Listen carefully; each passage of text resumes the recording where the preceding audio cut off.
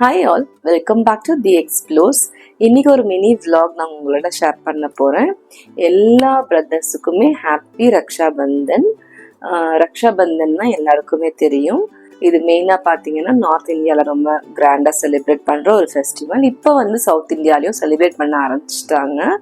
ரக்ஷானா protection, பந்தன்னா bonding. அதாவது வந்து அக்காவோ தங்கச்சியோ இல்லை அண்ணா தம்பிக்கு வந்து இந்த ராக்கி கட்டி கொண்டாடுறது தான் வந்து ரக்ஷாபந்தன்.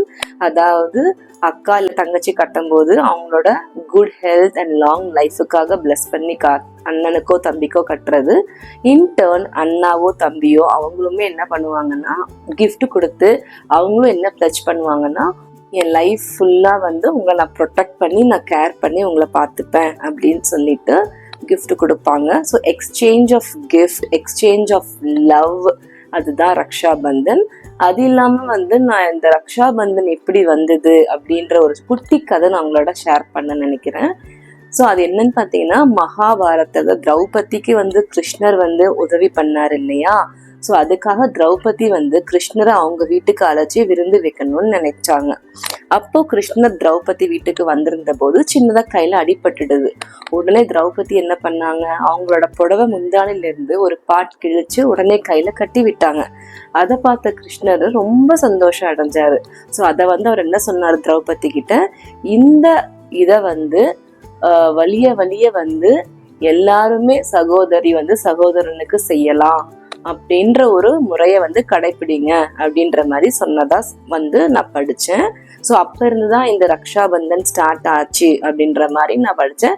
அது இல்லாமல் பார்த்தீங்கன்னா ரக்ஷாபந்தன் பார்த்தீங்கன்னா எப்பவுமே பௌர்ணமி நாள் அன்னைக்கு தான் வந்து நடக்கும் இருக்கும் அப்படின்ற மாதிரி விழுவும் அப்படின்ற மாதிரியும் நான் தெரிஞ்சுக்கிட்டேன் இந்த வருஷம். If I am not wrong, எனக்கு சொல்கிறது தெரியல, நான் இதுதான் படித்து தெரிஞ்சுக்கிட்டேன். ஏதாவது தப்பாக இருந்ததுன்னா எனக்கு சொல்லுங்கள், நான் அதை திருத்திக்கிறேன். எனக்குமே நான் தெரிஞ்சுக்கணும்னு ஆசைப்படுறேன். ஸோ எல்லாருக்குமே ஹாப்பி ரக்ஷாபந்தன். இப்போ எங்கள் வீட்டு ரக்ஷாபந்தன் செலிப்ரேஷனை பார்க்கலாம்.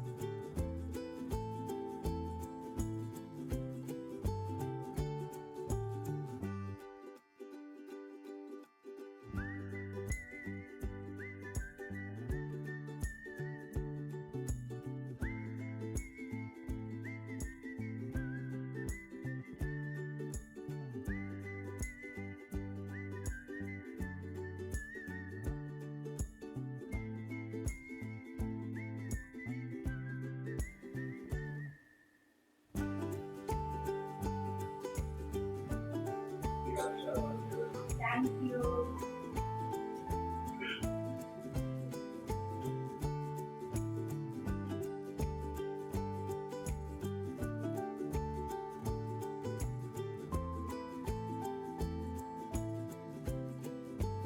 Happy Raksha Bandhan. Thank you. Today's quote is, there are no mistakes, only opportunities. Tamil அர்த்தம், தவறுகள் இல்லை, வாய்ப்புகள் மட்டுமே. Keep supporting me, be positive and always keep smiling. உங்களுக்கு இந்த வீடியோ பிடிச்சிருந்தா லைக் பண்ணுங்க, ஷேர் பண்ணுங்க, கமெண்ட் பண்ணுங்க, சப்ஸ்கிரைப் பண்ணுங்க, பக்கத்தில் இருக்கிற பெல் ஐக்கானை கிளிக் பண்ணுங்க. எல்லா சகோதர சகோதரிகளுக்கும் ரக்ஷாபந்தன் நல்வாழ்த்துக்கள். தேங்க்யூ ஃபார் வாட்சிங் this video. Meet you soon. Bye.